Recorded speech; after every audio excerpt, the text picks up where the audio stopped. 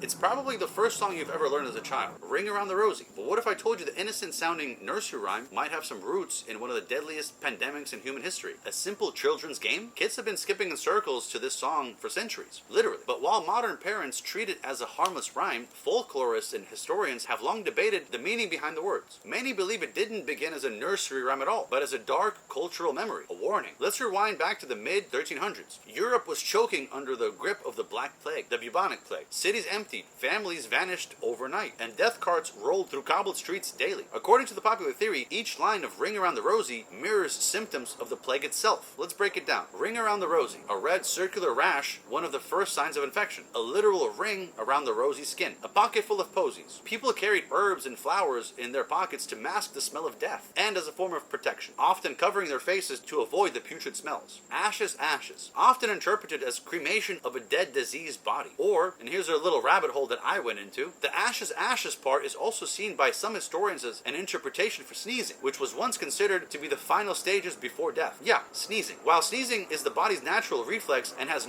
no direct signs of impending death, during the 1300s where no one really knew anything, some ancient cultures and beliefs did associate sneezing with death or the expulsion of the soul from the body, which is very interesting because that leads to the tradition of everyone saying bless you after a sneeze as a protective measure or wishing good health. Another theory is that sneezing was once thought to be a sign of illness or misfortune. Saying bless you was a way to ward off negative consequences. Nowadays, bless you became a simple polite gesture to acknowledge a sneeze and show concern for the sneezer's well-being. Anyway, back to Ring Around the Rosie. The last part of the song, we all fall down. The end result, everybody dies. The Black Plague took out an estimate 75 to 200 million people during the course of the pandemic. Creepy, right? But here's where it gets a little complicated. Many historians argue that this connection is too convenient. The rhyme itself doesn't appear in print until the late 1800s, centuries after the Black Death, and there are a dozen of regional versions of the song with completely different lines. Some don't even mention posies or ashes at all. So was the plague rhyme idea just a modern interpretation? A spooky legend we attached to a nonsense rhyme? The other explanation to the song is that it originated either in the UK or Germany, had no sinister past, and was simply a children's rhyme song. The entire explanation that tied to the Black Plague simply fits the narrative. Some theorize that the words in the song translated to the dealings with death simply because it fit really well. The truth is,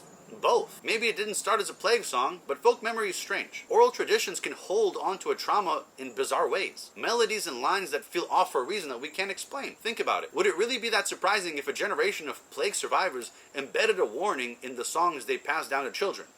It really wouldn't. So what do you believe? Like, comment, and share the weird.